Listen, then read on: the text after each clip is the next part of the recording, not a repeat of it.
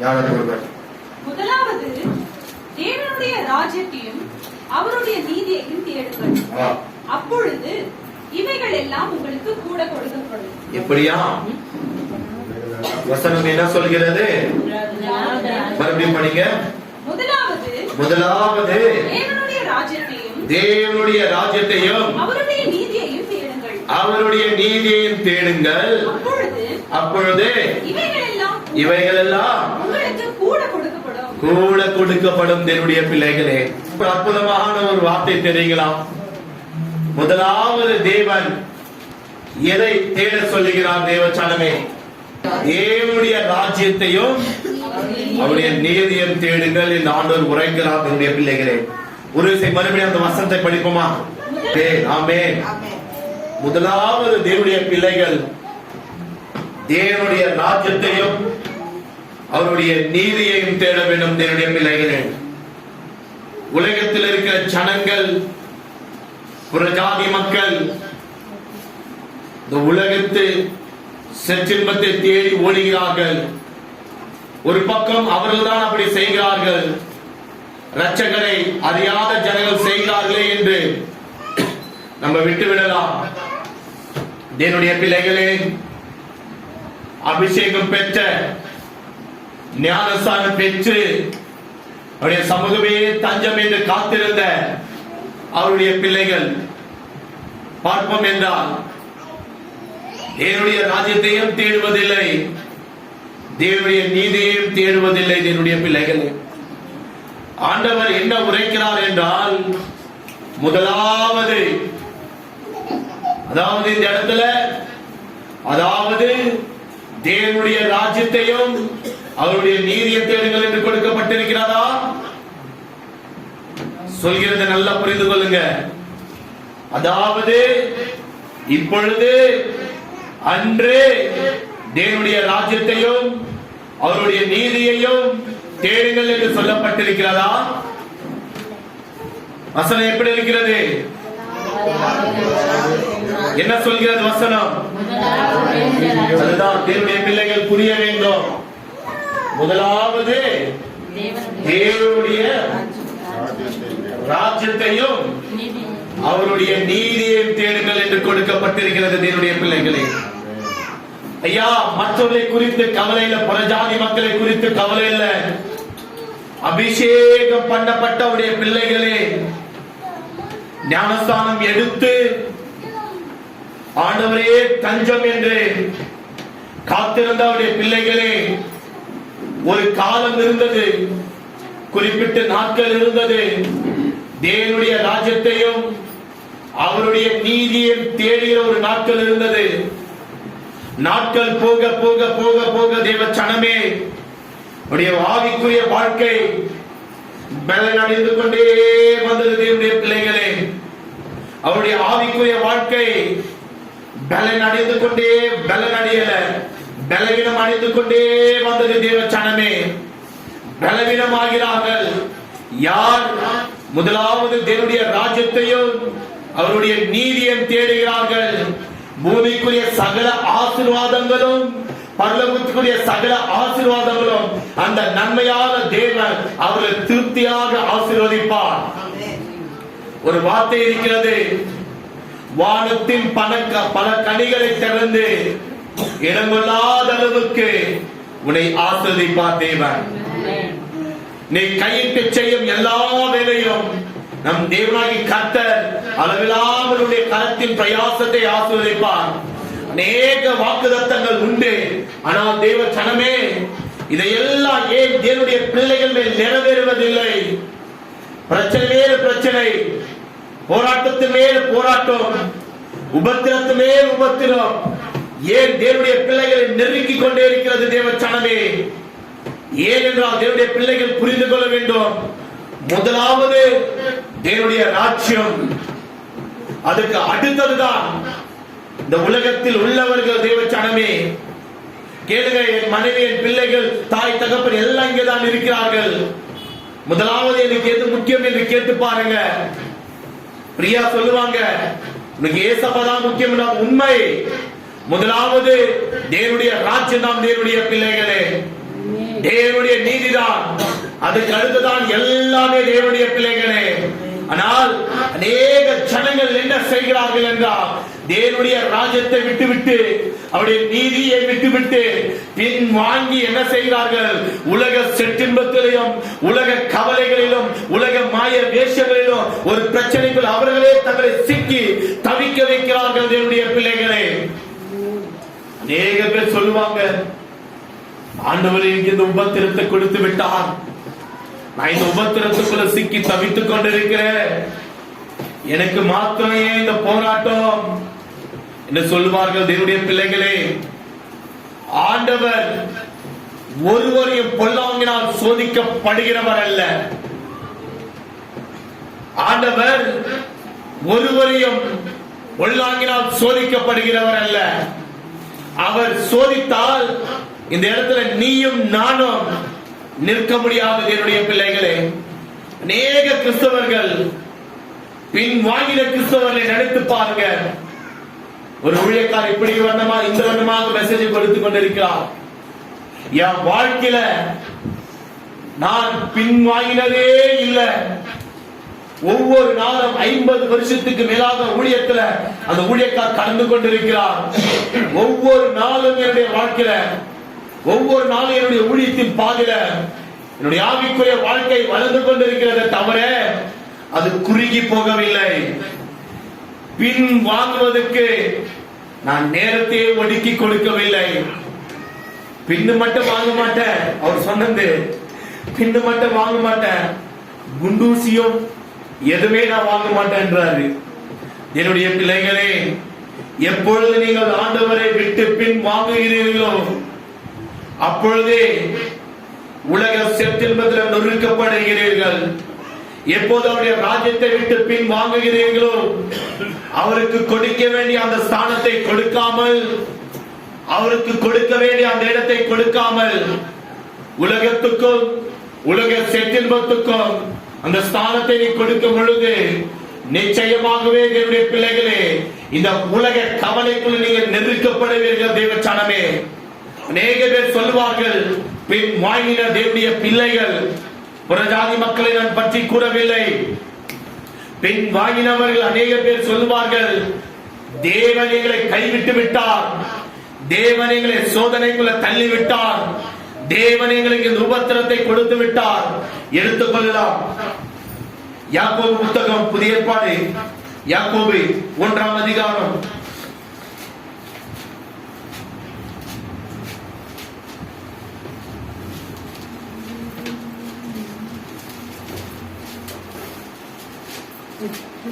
யாக்கோபு 1ஆம் அதிகாரம் பக்கம் 312 புதிய ஏற்பாடு 12ஆம் வசனத்தை படிங்க. சோதனையை சகிக்கிற மனுஷன் பாக்கியவான். இல்ல 13 படிங்க. சோதிக்கப்படுகிற எவனும் நான் தேவனால் சோதிக்கப்படுகிறேன் என்று சொல்லாதிருப்பானாக. நல்ல ஒரு காரியம் புரிய வேண்டும் தேவனுடைய பிள்ளைகளுக்கு. சோதிக்கப்படுகிறேன் என்று எவனும் சொல்லாதிருப்பானாக. எப்படியா? சோதிக்கப்படுகிற எவனும் நான் தேவனால் சோதிக்கப்படுகிறேன் என்று சொல்லாதிருப்பானாக. தேவனுடைய பிள்ளைகளே, நல்லா புரிந்து கொள்ளுங்க. படிங்க வசனத்தை. சோதிக்கப்படுகிற எவனும் நான் தேவனால் சோதிக்கப்படுகிறேன் என்று சொல்லாதிருப்பானாக. எஸ், தேவன் பொல்லாங்கினால் சோதிக்கப்படுகிறவர் அல்ல. தேவன் ஒருவரையும் பொல்லாங்கினால் சோதிக்கப்படுகிறவரும் அல்ல, ஒருவரையும் அவர் சோதிக்கிறவரும் அல்ல. ஒருவரையும் அவர் சோதிக்கிறவரும் அல்ல. தேவனுடைய பிள்ளைகளே, எப்படியா? தேவன் ஒருவரையும், தேவன் பொல்லாங்கினால் சோதிக்கப்படுகிறவரும் அல்ல, தேவன் ஒருவரையும் பொல்லாங்கினால் சோதிக்கப்படுகிறவரும் அல்ல, ஒருவரையும் அவர் சோதிக்கிறதும் அல்ல, ஒருவரையும் அவர் சோதிக்கிறதும் அல்ல. படிங்க. அவனவன் தன் சுய இச்சையினாலே இழுக்கப்பட்டு சிக்குண்டு சோதிக்கப்படுகிறான். பின்பு இச்சையானது கர்ப்பத்தரித்து பாவத்தை பிறப்பிக்கும். பாவம் பூரணமாகும் பொழுது மரணத்தை பிறப்பிக்கும். எப்படி ஒரு பெண் ஆண் இணைந்து திருமணம் ஆகி இணைந்து கர்ப்பம் தரிக்கிறார்களோ ஒரு குழந்தை, ஒரு தாய் எப்படி 10 மாதங்கள் சுமந்து பெற்று எடுக்கிறார்களோ தேவனுடைய பிள்ளைகளே, பாவங்கள் அப்படிதான் கர்ப்பத்தை போலதான் ஒவ்வொரு நாளும் உனக்குள்ள வளர்ந்து கொண்டே இருந்து அது வெளிப்படை நாட்கள் வரும் பொழுது தேவ ஜனமே அது மரணத்துக்கு நேராக கொண்டு போய் விட்டு விடுகிறது. நம்ம அநேக பேர் சொல்லலாம், தேவனை சோதிக்கிறார், தேவனை சோதிக்கிறார். என் பாஸ்டர் எனக்கு மாத்திரம் இந்த சோதனை, என் பாஸ்டர் என் குடும்பத்துக்கு மாத்திரம் இந்த சோதனை, ஆண்டவர்களை கைவிட்டு விட்டார். ஐயா, ஆணுடைய கிருபை இருக்கிற வாஸ்தம், நீயும் நான் இந்த உயிரோடு ஜீவித்துக் கொண்டிருக்கிறோம். ஆண்டவருடைய கிருபை, அதனாலதான் இந்த இடத்துல அமர்ந்திருக்கிறோம். ஆணுடைய கிருபை, அதனால்தான் நம்ம குடும்பங்கள் கட்டப்பட்டிருக்கிறது. ஆணுடைய இரக்கம், அதனால்தான் நம்ம ஆரோக்கியத்தோடு சுகத்தோடு வாழ்ந்து கொண்டிருக்கிறோம். தேவ ஜனமே, உங்களை ஒரு வார்த்தை கேட்கிறேன். ஆண்டவர் உங்களை சோதித்தால் அந்த சோதனை உங்களால் சகிக்க முடியுமா? சகிக்க முடியுமா? நான் உண்மையாக சொல்கிறேன், தேவன் பொல்லாங்கினால் புரியுதா உங்களுக்கு? பொல்லாங்கினால் சோதிக்கிறவர் அல்ல.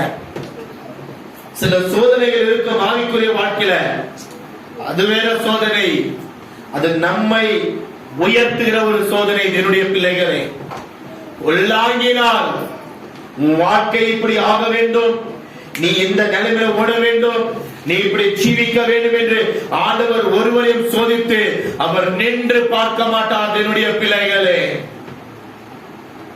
அவர் நின்று பார்க்க மாட்டார். பாருங்க, அவனவன் தன் தான் சுய இச்சினால சிக்குண்டு, எப்படியா சிக்குண்டு சோதிக்கப்படுகிறான், சிக்குண்டு சோதிக்கப்படுகிறான். ஒரு காலத்துக்கும் தேவ ஜனமே, ஆண்டவர் எங்களை கைவிட்டு விட்டார், ஆண்டவர் எங்களை சோதிக்கிறார், ஆண்டவர் எங்களுக்கு இந்த உபத்திரத்தை கொடுத்து விட்டார் என்று உங்க நாவல் ஒரு காலத்தை நீங்க அறிக்கை செய்யக்கூடாது, அறிக்கை செய்யக்கூடாது. ஆண்டவர் ஒரு காலத்திலையும் உங்களை சோதிக்கிற தேவன் அல்ல அவர். ஐயா, அப்படிப்பட்ட தேவன் அல்ல. ஐயா, அவரு அப்படிப்பட்ட தேவன் அல்ல. நீ கண்ணீர் சிந்தி அமர்ந்திருந்தால் நம் தேவனாகிய கர்த்தர் கண்ணீர் சிந்த மாட்டார். அப்படியே கண்கள்ல ரத்தம் வழிந்து ஓடும். ஐயா, என் மகள், என் மகன் இந்த அடிமைத்தனத்துக்குள்ள சிக்கி தவித்துக் கொண்டிருக்கிறார்கள். என் பிள்ளைகள் இந்த போராட்டத்தின் நடுவில் சஞ்சரித்துக் கொண்டிருக்கிறார்கள். எப்படியாவது என் பிள்ளைகளை நான் விடுதலையாக்க வேண்டும்.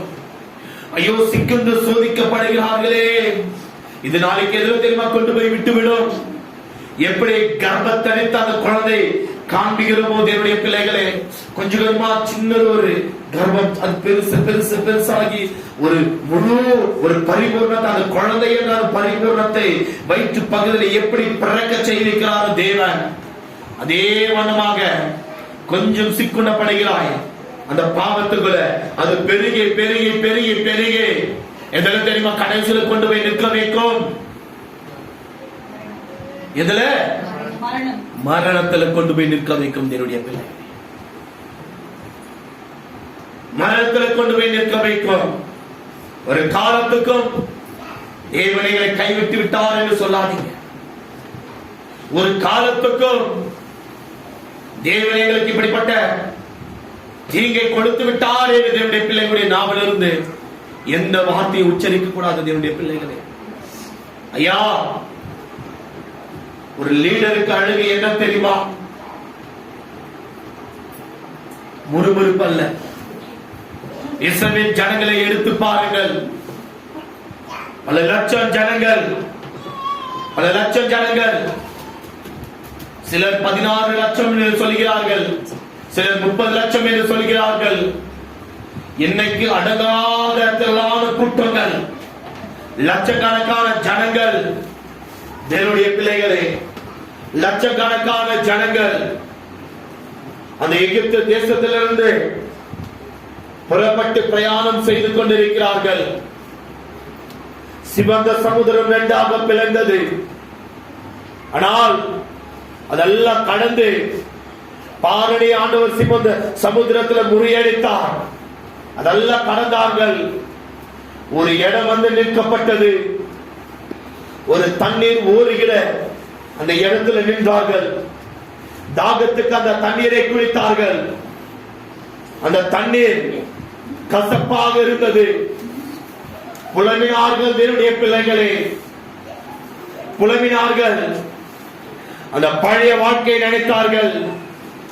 என் பழைய வாழ்க்கை இப்படி இருந்ததே, அந்த எகிப்து தேசத்தில் இருக்கும் பொழுது இப்படிப்பட்ட ஒரு வாழ்க்கை நான் வாழ்ந்து கொண்டிருந்தேன், எப்படிப்பட்ட ஒரு தண்ணீரை குளித்துக் கொண்டிருந்தேன். தேவனுடைய பிள்ளைகளே, அடிமைத்தனம் நுகத்துக்குள் அவர்கள் வாழ்ந்து கொண்டிருந்தார்கள்.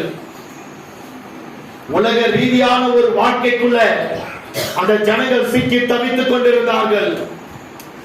தேவன் அவர்களை அந்த இடத்திலிருந்து விடுதலை ஆக்கி அவர்களை மகிமையான ஒரு பிரவேசத்துக்குள்ள பிரவேசிக்க வேண்டும் என்று தேவன் தீர்மானம் செய்தார். அல்லேலூயா. ஒரு மகிமையான ஒரு தேசத்துக்குள்ள பிரவேசிக்க வேண்டும் என்று தேவ சனமே மாம்சத்தில் வாழ்ந்து கொண்டிருந்தார்கள். அவர்களை அந்த இடத்திலிருந்து ஆவியின் மகிமைக்குள்ள அவரை நடத்த வேண்டும் என்று உண்மை. அவர் மாம்சத்துக்குள்ள வாழ்ந்து கொண்டிருந்தார்கள். அந்த மாம்சத்திலிருந்து அவர்களை விடுதலையாக்கி அந்த ஆவியின் மகிமையை அவர் தரிக்க வேண்டும் என்று அவர்களை தேவன் வழி நடத்தினார். ஆனால் தண்ணீருக்காக அந்த ஜனங்கள் முறுமுறுத்தார்கள். தேவனுடைய பிள்ளைகள், தண்ணீர் கசப்பாக இருந்தது. அந்த பழைய வாழ்க்கையை நினைத்து, அந்த மாம்சத்துக்குரிய வாழ்க்கையை நினைத்து இவர்கள் முறுமுறுத்தார்கள். அல்லேலூயா. தூவர்கள் ஒரு அல்லேலூயா சொல்லுங்க. அல்லேலூயா. அந்த மாம்சத்துக்குரிய வாழ்க்கையில நல்லா புரிஞ்சு கொள்ளுங்க. ரொம்ப ஆழமான ஒரு பகுதி. அந்த மாம்சத்துக்குரிய வாழ்க்கையிலிருந்து அவர்களை நடத்தி அவர்களை அவருடைய மகிமையினால் அந்த ஜனத்தை ஆண்டவர் அலங்கரித்தார். என்னுடைய பிள்ளைகளே, ஆனால் அவர்கள் இல்ல இந்த ஆவிக்குரிய எனக்கு வாழ்க்கை எனக்கு வேண்டாம், எனக்கு அந்த மாம்சத்துக்குரிய வாழ்க்கை தான் எனக்கு வேண்டும். ஐயா, முதலாவது என்னுடைய ராஜ்யத்தையும் அவருடைய நீதியை தேடுங்கள் என்று ஆண்டவர் உரைத்திருக்கிறார். தேவன் அவருடைய பிள்ளைகளை அவருடைய மகிமையினால் அலங்கரிக்க விரும்புகிறார். தேவ சனமே, அவருடைய மகிமையினால் அலங்கரிக்க விரும்புகிறார் நம் தேவனாகிய கர்த்தர். ஆனால் அநேக பேர் என்ன செய்கிறோம்? அந்த ஆவிக்குரிய வாழ்க்கையை, அந்த ஆவிக்குரிய வாழ்க்கையை அலங்காரத்தை ஒரு பக்கம் ஒதுக்கிவிட்டு, இல்ல அந்த மாம்சமான வாழ்க்கை தான் எனக்கு வேண்டும் என்று தேவனுடைய போய் பிள்ளைகள் விழுந்து விடுகிறீர்கள். தேவனுடைய சனமே, தேவனுடைய நீதியையும் அவருடைய ராஜ்யத்தையும் தேடாமல் விட்டு விடுகிறோம். துன்பங்கள், போராட்டங்கள், ஐயா நீ எப்பொழுது ஆவில நிரம்பி இருக்கிறாயோ எந்த உபத்திரங்களுடைய மேற்கொள்ளாது. உண்மை, நீ எப்பொழுது ஆவில நிரம்பி இருக்கிறாயோ எந்த போராட்டங்களுடைய மேற்கொள்ளாது. அதனால் தான் சொல்கிறேன், முதலாவது தேவனுடைய ராஜ்யத்தையும் அவருடைய நீதியை தேடுங்க. அப்படி தேடும் பொழுது இந்த உலகத்தில் இருக்கிறது எல்லாமே மாயை, மாயை, மாயை, மாயை. வானத்துக்கு கீழே பூமிக்கு மேல் இருப்பது எல்லாமே மாயை. தேவனுடைய பிள்ளைகளே, எல்லாம் ஒரு காரியம் புரிந்து கொள்ளுங்க. நீ ஆவில நிரம்பி இருக்கும் பொழுது தேவ சனமே, அந்த பழைய வாழ்க்கை மனுஷனை கழட்டி விட்டு ஒரு புதிய ஜீவனுக்குள்ள பிரவேசிப்பீர்கள். இது உண்மை ஐயா, புதிய ஜீவனுக்குள்ள பிரவேசிப்பீர்கள். தேவ சனமே, ஒரு காரியத்தை புரிந்து கொள்ளுங்க. தேவனுடைய பிள்ளைகளே, ஒரு காரியத்தை புரிய வேண்டும். தேவனுடைய பிள்ளைகளுக்கு இதற்கு முன்னாடி எல்லாம் பாஸ்டிங் போடும் பொழுது அநேகருக்காக திறப்பில் நின்று தேசத்துக்காகவும் கதறி கதறி கதறி கதறி கதறி ஜெபிப்பேன். ஆண்டவர் இந்த உபவாசத்தில் எனக்கு கற்றுக் கொடுத்தது ஒரே ஒன்றுதான். லாஸ்ட் டைம் எப்படி தெரியுமா ஜெபித்திருந்தோம்? இந்த உபவாசத்திலோட கொஞ்ச நாட்களுக்கு முன்பாக, ஆண்டவரே என் மேல இறங்குவோம், ஆண்டவரே நான் அபிஷேகம் பண்ணுங்க, ஆண்டவரே நான் அபிஷேகம் பண்ணுங்க. ஆண்டவர் இப்ப எல்லாவற்றையும் மாற்றி விட்டார். நான் உண்மையா சொல்றேன், எல்லாவற்றையும் ஆண்டவர் மாற்றி விட்டார். நான் எப்பொழுது ரட்சிப்பு அடைந்தனோ அப்போது எனக்குள் இயேசு வந்து விட்டான். நான் எப்பொழுது அவரை சொந்த ரட்சகராக ஏற்றுக்கொண்டேனோ அப்போதே இயேசு எனக்குள் வந்து விட்டார். நான் பார்க்கிற பார்வை ஏசப்பா நான் பார்க்கிறது இல்ல, என்னை மறுத்து நீங்க பாருங்க. ஐயா, அந்த உபாசத்துல கற்றுக்கொண்டது இதுதான். என் சிந்தனைக்குள்ள இயேசு இருக்கிறார், என் இருதயத்துக்குள்ள இயேசு இருக்கிறார், என் பேச்சுக்குள்ள இயேசு இருக்கிறார். என் பேச்சோட பேச்சாய் அவர் மாறிவிட்டார். எனக்குள் அவர் வாசம் செய்கிறார், அவருக்குள் நான் வாசம் செய்கிறேன். அப்படிதான் இப்போது எனக்குள்ள நடந்து கொண்டிருக்கிற ஒரு காரியம். இப்போது என்ன தெரியுமா சொல்கிறேன்? அப்போதெல்லாம் எனக்குள்ள வாங்க ஜெபிப்பேன் அல்ல, எனக்குள்ள இருக்கிறீங்க, நீங்க செயல்படுங்க. எனக்குள்ள இருக்கிறீங்க, நீங்க செயல்படுங்க. இயேசுவின் நாமத்தினால் கட்டளையிடுகிறேன். அதிகாரத்தை ஆண்டவர் கொடுத்திருக்கிறார். மேல நியாயாதிபதி அமர்ந்திருப்பார். கோர்ட்ல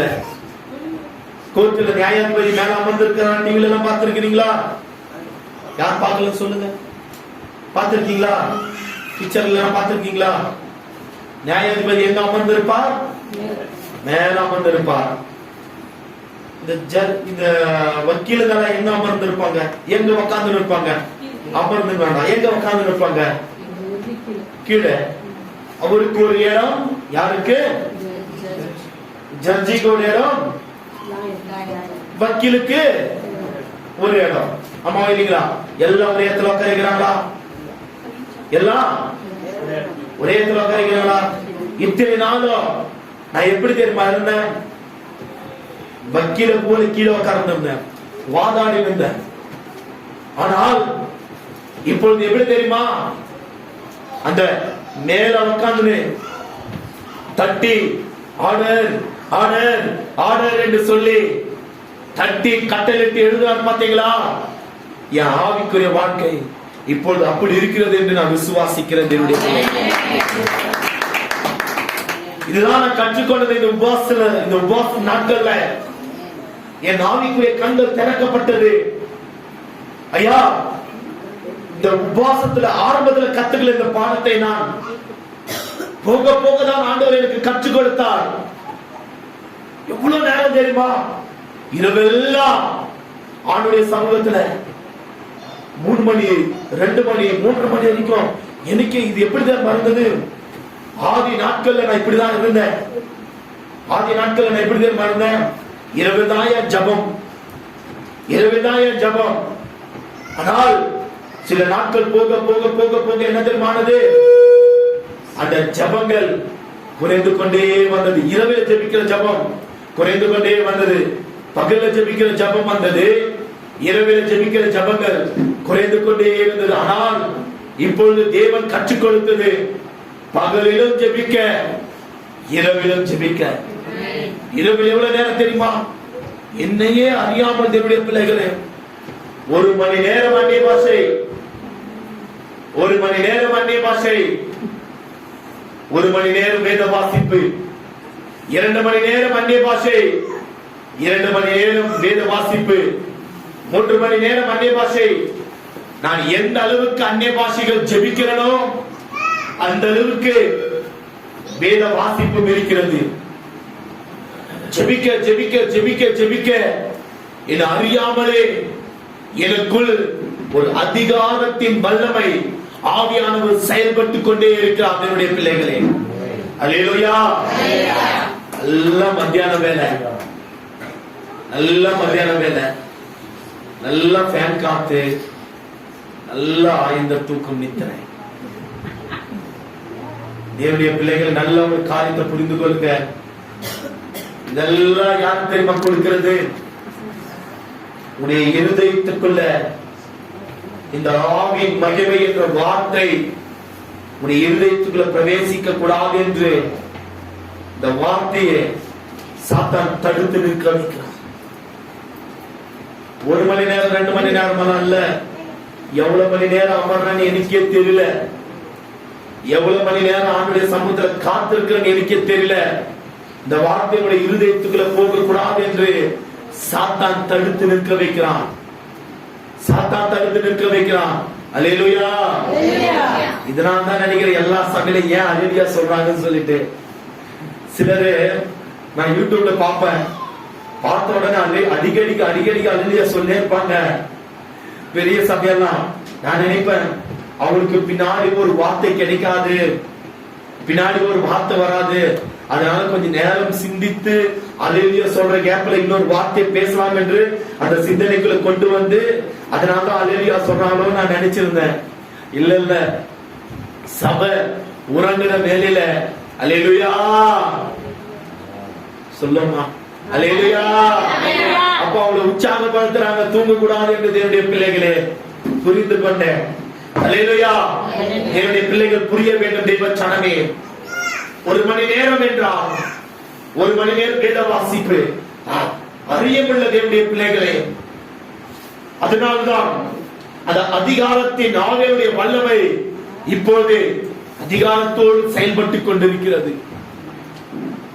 ஐயா, முன்னாடி ஓடுகிற நதி எப்படி ஓடுகிறதோ அதே வண்ணமாக தான் பின்னாடி புறப்பட்டு வருகிற நதிகளும் ஓடிக்கொண்டிருக்கிறது. தேவனுடைய பிள்ளைகளே, நதிகளும் ஓடிக்கொண்டிருக்கிறது. தேவ சனமே, இது புரிய வேண்டும்.